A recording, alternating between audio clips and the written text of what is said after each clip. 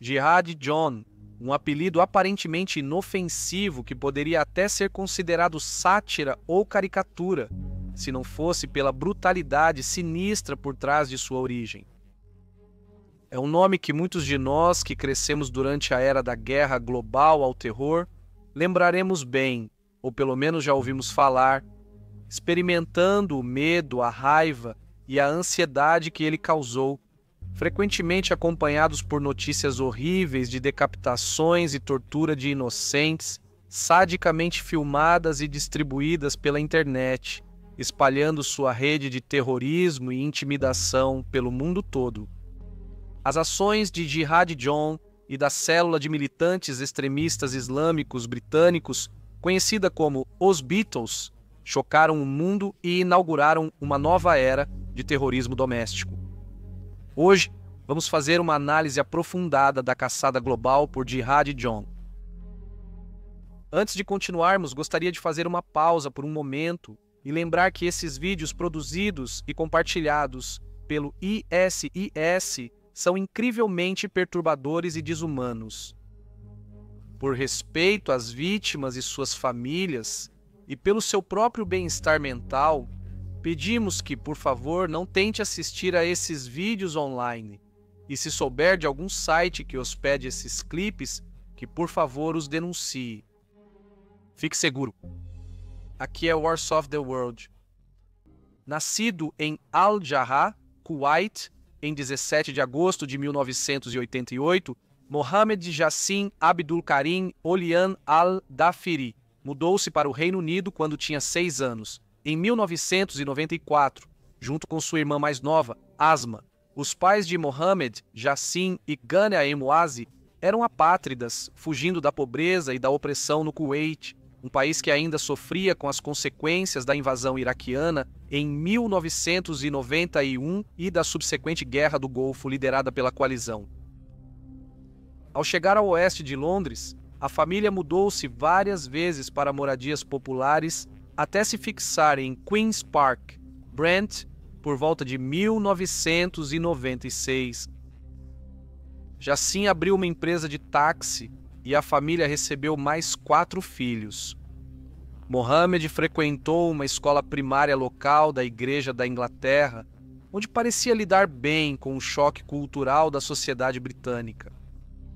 Colegas lembram dele como alguém que gostava de S Club 7, futebol e religião. Ele jogava futebol no almoço e no clube após a escola. Ele aprendeu novas palavras e expressões pelo futebol. Como todo mundo, ele queria ser atacante. Ele não era tão bom na escola, ficava na metade de baixo da turma, mas era um dos caras esportivos. Ele era popular. Muazi gostava de falar sobre sua fé, especialmente na escola, onde era o único muçulmano da turma. Antes dos 11 de setembro, o Oriente Médio, suas culturas e fé não tinham grande destaque na sociedade britânica em geral, principalmente na educação. Outro colega da escola primária lembra, abre aspas, Muhammad se levantou durante uma aula de educação religiosa para falar sobre o Islã quando tinha 8 ou 9 anos, e escreveu em árabe no quadro para nos mostrar como era e como se lia na outra direção. Ele nos mostrou um texto religioso e falou sobre o que era a sua fé. O inglês dele era ruim na escola primária. No começo, ele só conseguia dizer algumas palavras, como o nome dele e de onde ele era. Fim da citação. Apelidado de Pequeno Moi por causa de sua estatura diminuta, ele passou a estudar na escola secundária Quentin Kynaston, no norte de Londres, que na época era considerada uma academia de destaque. No entanto, foi aqui que Muazi começou a sofrer com bullying, discriminação e isolamento.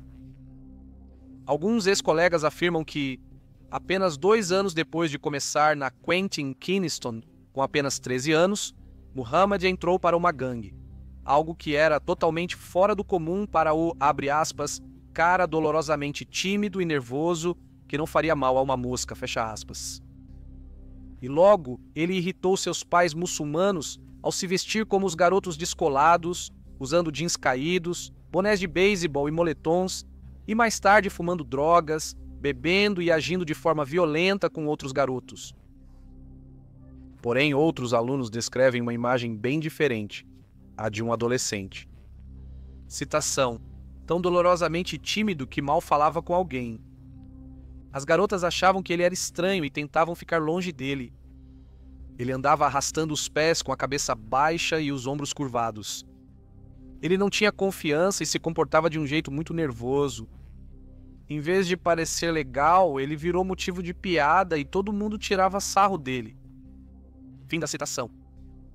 Os professores, mesmo distantes da experiência dos alunos, enchiam Emwazi de elogios dizendo: um menino adorável, adorável. Um jovem trabalhador e ambicioso que foi para a universidade que ele queria. Não posso enfatizar o bastante, ele não era uma grande preocupação para nós. Fim da citação. Embora admitam que ele participou de sessões de controle da raiva durante seu tempo em Kynaston, talvez um sutil prenúncio dos horrores que seriam desencadeados mais tarde. Em casos como este, muitas vezes acontece que o indivíduo em questão cresceu em algum tipo de ambiente violento, opressivo ou outro ambiente cruel, e que foi aí que seu ódio se formou. Porém, quem conhecia Emwazi e sua família dizia que isso estava longe da verdade. Amigos da família disseram à imprensa que era uma família adorável e absolutamente incrível. O pai de Muhammad é um dos homens mais bondosos do mundo e sua mãe é muito gentil.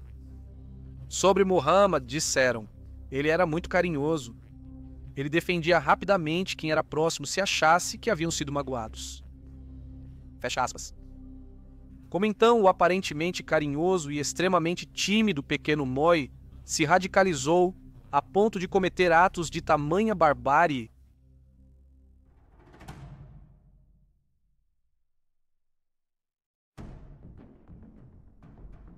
O Estado Islâmico do Iraque e da Síria, ou ISIS, também conhecido como Estado Islâmico do Iraque e do Levante. Estado Islâmico do Iraque e do Levante, ou pelo seu acrônimo em árabe Daesh, surgiu do volátil cenário após a invasão do Iraque em 2003, liderada pelos Estados Unidos da América, que desestabilizou ainda mais um Oriente Médio já turbulento. Enraizado em uma interpretação jihadista salafista radical do Islã sunita, o grupo defendia uma aplicação literal e puritana da lei Sharia, a jihad violenta contra infiéis e apóstatas, o estabelecimento de um califado islâmico global e a ênfase em narrativas apocalípticas, especialmente a crença em uma batalha final iminente entre o Islã e o Ocidente, que era retratada como iminente, ordenada por Deus e responsabilidade de todos os seguidores travar. Na época em que Mohamed Emwazi começou a se interessar pelo extremismo e pela violência, pouco menos de 10 anos depois, eles já haviam se tornado um dos grupos jihadistas mais violentos e bem organizados do mundo. Traçando suas raízes até a Jama'at al-Tawhid wal-Jihad, fundada em 1999 pelo militante jordaniano Abu Mossad al-Zarqawi, o ISIS inicialmente focava em derrubar governos locais antes de jurar lealdade a Osama Bin Laden em 2004, fundindo-se para se tornar a Al-Qaeda no Iraque, ou Al-Qaeda no Iraque. No auge da guerra no Iraque, a Al-Qaeda no Iraque ganhou notoriedade por suas táticas brutais, incluindo o uso de atentados suicidas e assassinatos setários, sendo estes últimos destinados a inflamar as tensões entre muçulmanos sunitas e xiitas. Apesar do aumento das operações da coalizão e da morte de seu emir, al-Zarqawi, a Al-Qaeda no Iraque se reinventou em 2006 como o Estado Islâmico do Iraque. A organização manteve uma insurgência de baixo nível ao longo do final dos anos 2000, explorando a instabilidade política e a repressão generalizada sob o governo do primeiro-ministro iraquiano Nouri al-Maliki, antes da explosão da Primavera Árabe em 2010 e da subsequente Guerra Civil Síria, que lhes proporcionou uma oportunidade de expansão. Em 2013, sob a liderança de Abu Bakr al-Baghdadi, um ex-acadêmico com doutorado em estudos islâmicos, o Estado Islâmico do Iraque declarou uma fusão mais uma vez, desta vez com o grupo jihadista sírio Jabhat al-Nusra, tornando-se o Estado Islâmico do Iraque e do Levante, também conhecido como Estado Islâmico do Iraque-S. No entanto, disputas internas e choques de ideologia fizeram com que o ISIS se separasse tanto da Al-Qaeda quanto da Al-Nusra, seguindo sua própria visão de um califado islâmico. Raqqa permitiu ao ISIS conquistar território, recursos e recrutas internacionais, pois as exibições públicas de brutalidade e vídeos de recrutamento do grupo foram divulgados globalmente pela internet. Ao ocuparem áreas-chave no norte, como Raqqa, estabeleceram controle administrativo e, ao mesmo tempo, lançaram ofensiva no Iraque, especialmente em regiões sunitas, onde as queixas contra o governo xiita cresciam rapidamente.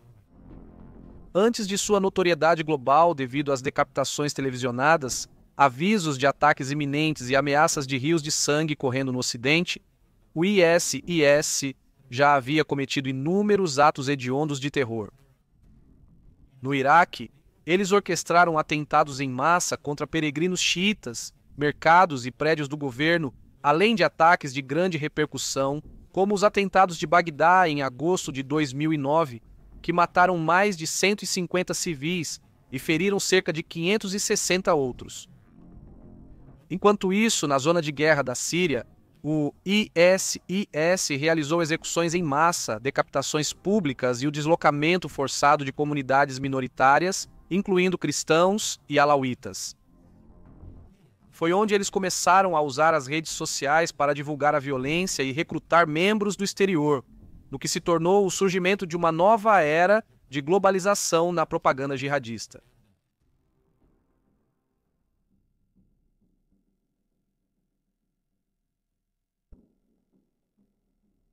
Formado pela Universidade de Westminster em 2006 com um diploma em Sistemas de Informação e Gestão de Negócios, Envase aproximou-se de radicais com ideias semelhantes no oeste de Londres, sendo o mais significativo o pregador extremista islâmico Hani Mohammed Youssef al-Sibai, um exilado egípcio que já havia expressado apoio aos 11 de setembro.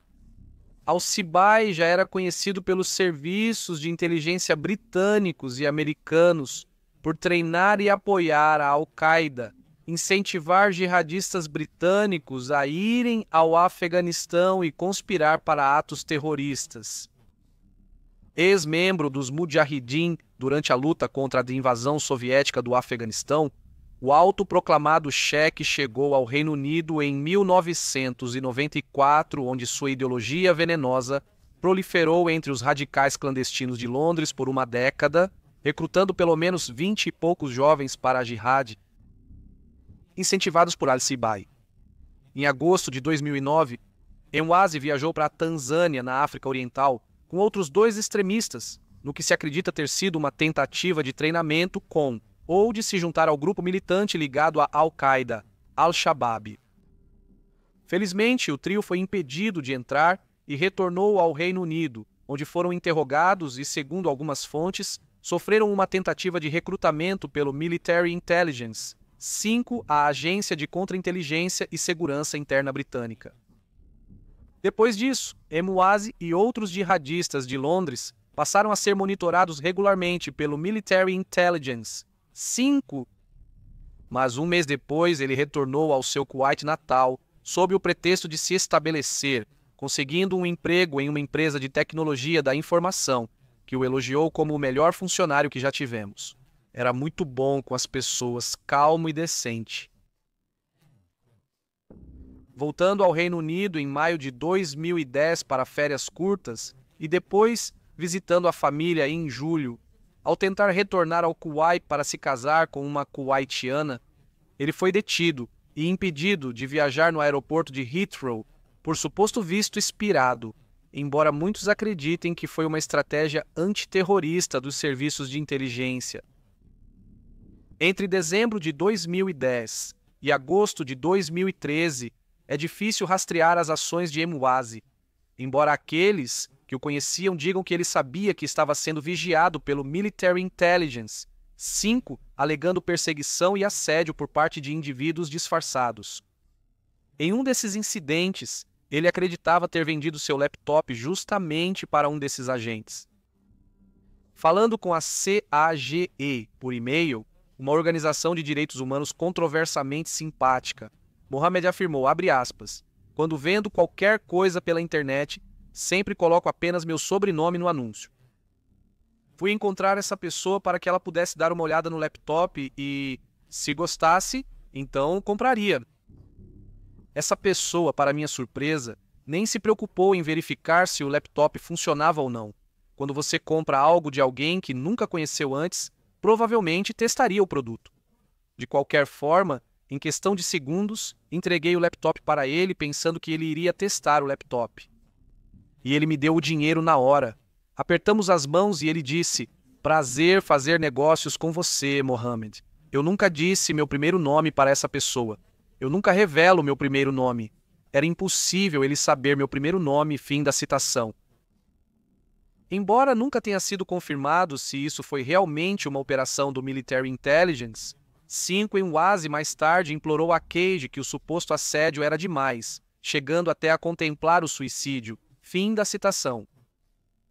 Às vezes eu me sinto como um homem morto andando, não com medo de que possam me matar, mas sim com medo de que um dia eu tome o máximo de comprimidos possível para poder dormir para sempre. Eu só quero me afastar dessas pessoas. Fim da citação. É provável que o Military Intelligence 5 tenha emitido uma ordem de controle sobre EEMWAZI, um mecanismo legal introduzido no Reino Unido sob a Lei de Prevenção ao Terrorismo de 2005, instituído pelo Secretário do Interior e que permite aos serviços de inteligência impor restrições a indivíduos suspeitos de envolvimento em atividades relacionadas ao terrorismo, mesmo quando não há provas suficientes para processá-los judicialmente. Exemplos dessas medidas incluíam toques de recolher comuns, ordens de prevenção e monitoramento eletrônico ou restrições mais discretas à comunicação, movimentação e viagens, além de limitações ao emprego e à associação com outros indivíduos visados. Mesmo assim, Emwazi conseguiu mudar legalmente seu nome por escritura pública para Mohammed Alayan e fugiu do país bem debaixo do nariz do Military Intelligence, 5 viajando para a Turquia em algum momento após janeiro de 2012 antes de cruzar para a Síria pela fronteira sul da Turquia. Isso provavelmente foi auxiliado ou facilitado por contatos dentro da rede extremista islâmica de Londres. Em contato com família e amigos, ele afirmou ter ingressado em uma organização humanitária atuante na Turquia. No entanto, isso não poderia estar mais distante da terrível verdade.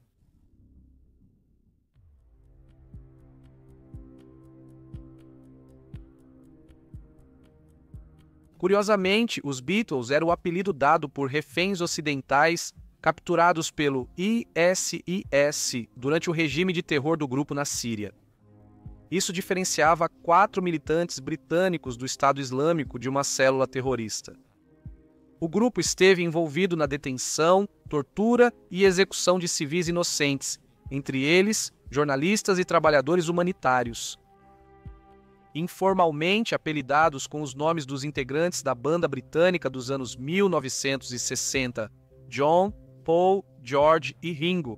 Na realidade, eles eram os seguintes. Alexandre Iamoncote, também conhecido como George, era um britânico de 31 anos de Westminster, Londres. Ele já havia traficado drogas e cometido furtos em sua cidade natal antes de ser radicalizado. Capturado pelas forças democráticas sírias, lideradas pelos curdos em 2018 COTE, foi extraditado para os Estados Unidos em 2020 e, em 2022, declarou-se culpado de sequestro e conspiração para assassinato, recebendo prisão perpétua em uma penitenciária de segurança máxima, onde está atualmente. Em seguida, embora haja alguma confusão sobre os apelidos, acredita-se que Ringo era o cidadão britânico El Shaf El Sheikh, de 26 anos. um emigrante sudanês que se mudou de Londres para a Síria em algum momento após 2010 com sua esposa canadense etíope. Ele foi capturado com Koch em 24 de janeiro de 2018, disfarçado de refugiado civil. El-Sheikh também foi condenado a 8 sentenças de prisão perpétua sem possibilidade de liberdade condicional. O terceiro jihadista, conhecido como Paul, também era cidadão britânico e, assim como Koch, tinha condenações anteriores no oeste de Londres por crimes relacionados a drogas e armas de fogo. Ayn Leslie Davis, 31 anos, chegou à Síria em julho de 2013 e, embora desempenhasse um papel menor na célula, foi preso pelas autoridades turcas em 2015 sob acusações de terrorismo, antes de ser deportado para o Reino Unido em agosto de 2022. Em 2023, ele foi condenado a 8 anos de prisão. Dos 23 reféns ocidentais, aqueles que tiveram sorte de sobreviver ao cativeiro nas mãos da célula relataram atos horríveis de crueldade, tortura e sadismo por parte dos jihadistas, classificando-os como os piores de seus captores do ISIS devido à brutalidade excessiva. Os jihadistas, abre aspas, se gabavam abertamente de ganhar tanto dinheiro que poderiam se aposentar no Kuwait ou no Catar. Sempre que os Beatles apareciam, havia algum tipo de espancamento ou tortura física, fecha aspas. Isso costumava envolver agressões prolongadas, choques com tasers, afogamento e execuções simuladas, além, de forma chocante, de uma crucificação simulada de um refém americano. Presos em celas minúsculas e imundas em algum lugar do oeste de Raqqa, na Síria, em certo momento o abuso e a violência cruel dos Beatles foi tão selvagem que até mesmo os comandantes do ISIS tiraram os 4 jihadistas completamente das funções de guarda.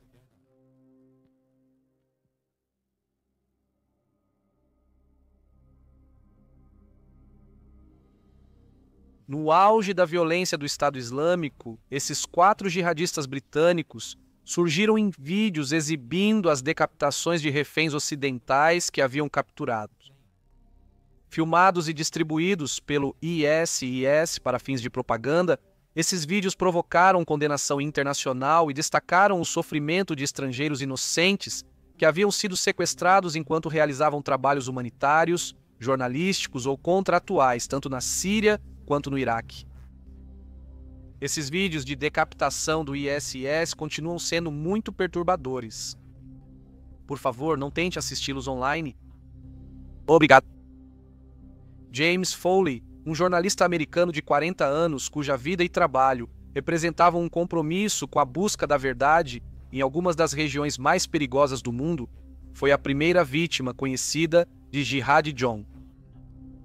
Nascido em 18 de outubro de 1973, em Illinois, Estados Unidos da América, filho de Diane e John Foley, James era o mais velho de 5 filhos, criado em uma família profundamente religiosa e voltada para a comunidade, valores que iriam influenciar fortemente o trabalho humanitário de Foley mais tarde.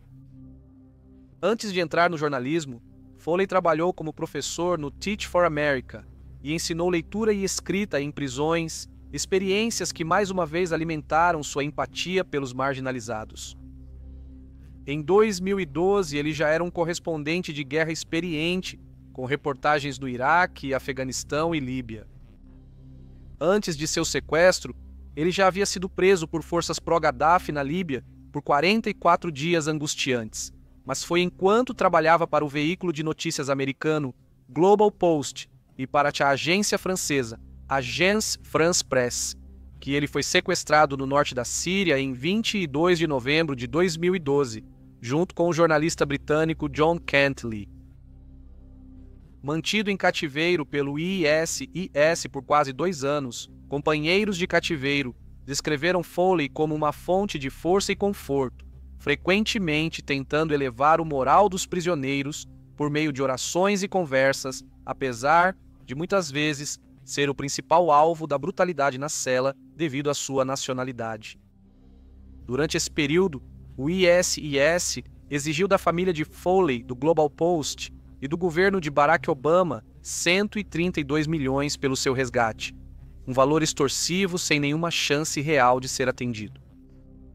Tragicamente, em 19 de agosto de 2014, o ISIS divulgou um vídeo online intitulado Uma Mensagem para a América, mostrando a decapitação de James Foley por Mohamed Emwazi, que estava vestido de preto e empunhando uma lâmina enquanto ameaçava assassinar outros reféns caso os Estados Unidos não cessassem os ataques aéreos no Iraque.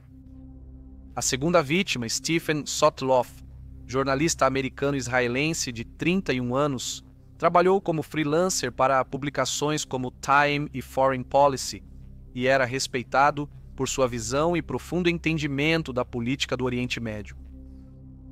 Sotloff entrou na Síria em 2013 após uma viagem a Israel, mas foi capturado em Alepo em 4 de agosto, no que se acredita ter sido uma traição interna por parte daqueles que eram responsáveis por ajudá-lo a entrar no país. A herança judaica e a cidadania israelense de Sotloff foram mantidas em segredo no cativeiro por medo de aumentar o perigo. Pouco mais de um ano depois, em 2 de setembro de 2014, Emwazi apareceu novamente diante das câmeras no vídeo uma segunda mensagem para a América, no qual, antes de decapitar Stephen Sotloff, ele proclamou, abre aspas, política externa arrogante em relação ao Estado Islâmico, sua, referindo-se a Obama, insistência em continuar os bombardeios em Amurli, Zama e na represa de Mosul.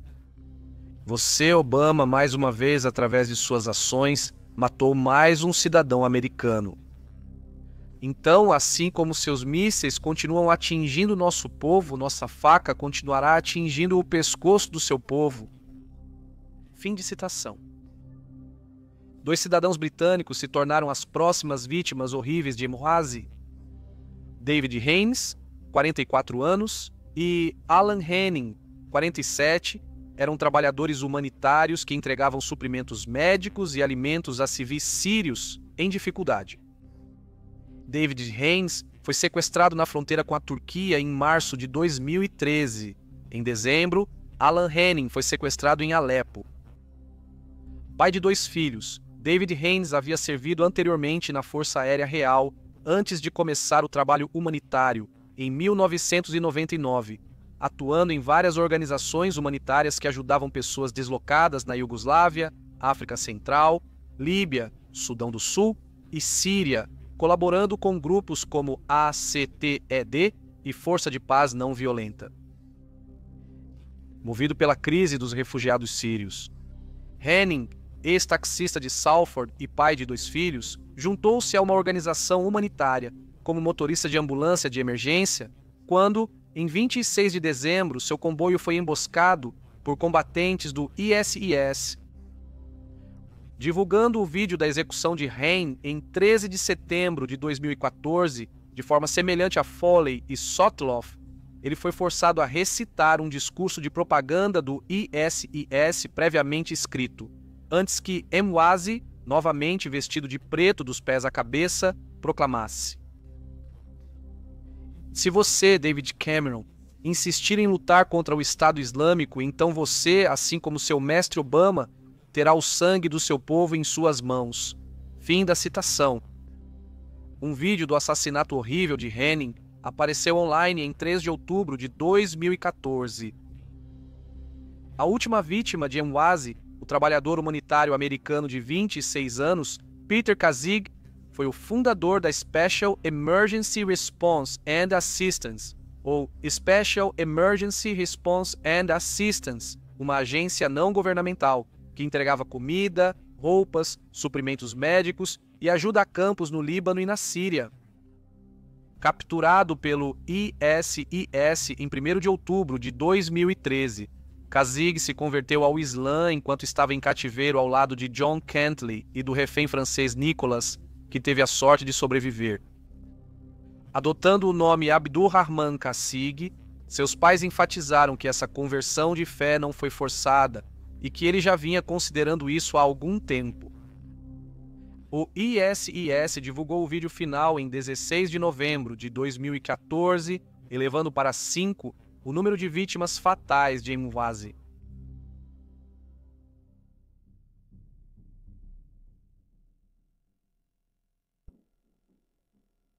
Identificar Jihad John, como a imprensa também passou a chamar Emwazi, foi um grande desafio para todas as agências de contra-terrorismo e inteligência envolvidas, entre elas o Military Intelligence, 5 Military Intelligence, 6 Government Communications Headquarters e Scotland Yard do Reino Unido, assim como o FBI, CIA e National Security Agency dos Estados Unidos. Embora seu rosto estivesse coberto e apenas seus olhos à mostra, o sotaque britânico de Emwazi era o ponto de partida óbvio. Combinado com dados gerais obtidos dos vídeos de execução, incluindo altura, físico e quaisquer pistas geográficas oferecidas pelo cenário. Nos vídeos, Emwazi aparece usando um coldre de ombro de couro com uma pistola posicionada sob a axila esquerda, o que normalmente indica que ele é destro. Em todos os vídeos, ele aparece segurando a faca com a mão esquerda, detalhe que intrigou os analistas. Com investigação meticulosa, as agências de inteligência coletaram informações importantes na busca pelo assassino evasivo. Isso inclui o seguinte: a inteligência humana é a obtenção de informações por meio de fontes humanas. A coleta pode ser aberta, como quando agências entrevistam testemunhas ou suspeitos. Ou pode ser feita por meios clandestinos ou encobertos, ou espionagem. A inteligência de sinais, ou inteligência de sinais, refere-se a transmissões eletrônicas que podem ser coletadas por navios, aviões, bases terrestres ou satélites, muitas vezes envolvendo a interceptação de comunicações entre duas partes. A fotointeligência, ou inteligência fotográfica, é produzida por meio de uma integração de imagens, inteligência de imagens e informações geoespaciais, frequentemente coletadas por satélites de alta tecnologia e analisadas por seu valor topográfico, estratégico ou tático. A inteligência de fontes abertas, ou inteligência de fontes abertas, abrange diversas informações, geralmente acessíveis, como dados da mídia, jornais, rádio, televisão, registros profissionais e acadêmicos, artigos, conferências, associações profissionais, relatórios governamentais, dados demográficos, audiências, discursos e outros dados públicos. Todas as agências envolvidas teriam se baseado em pelo menos uma, se não todas, dessas formas de inteligência, como analisar o cenário desértico dos vídeos de execução para obter dados topográficos, incorporar softwares de reconhecimento de voz com chamadas telefônicas ou de rádio interceptadas, utilizar dados de censos governamentais ou biométricos e coletar inteligência presencial em campo na Síria por meio de agentes, informantes ou operativos das agências. Em 26 de fevereiro de 2015, Suad Mekenet e Adam Goldman, ambos jornalistas investigativos do Washington Post, identificaram publicamente Jihad John como Mohammed Emwazi. Porém, o governo do Reino Unido já conhecia sua identidade desde setembro do ano anterior, antes de Henning ou Kazig serem assassinados. O pai de Emwazi, Jassim, inicialmente negou o envolvimento do filho e até culpou o governo britânico por tê-lo radicalizado através de sua vigilância e assédio constantes. No entanto, mais tarde ele admitiu que o homem nos vídeos provavelmente era seu filho, envergonhado, chamando-o, abre aspas, de cachorro, animal e terrorista, fecha aspas. A família rapidamente se retirou da vida pública, enfrentando intenso escrutínio da mídia e estigma social, e havia relatos conflitantes sobre o paradeiro e as crenças da família. Alguns afirmaram que a família havia retornado ao Kuwait, onde foram interrogados e ainda são monitorados pelas autoridades locais. Mesmo assim, a inteligência ocidental estava prestes a alcançar Jihad John. Em 12 de novembro de 2015, um veículo aéreo não tripulado britânico e 2 americanos, ou UAVs, voando a milhares de metros acima de Raqqa, na Síria, liberaram sua carga de explosivos. Segundo eles, eliminaram Emwazi e mais 3 do ISIS quando saíam de um prédio rumo a um carro. Pode-se dizer que, desde o momento em que o jovem Mohamed Emwazi, antes aspiracional, cuidadoso e dolorosamente tímido, colocou os pés no caminho da radicalização e, por fim, da jihad. Segundo ele, havia se tornado um morto andando.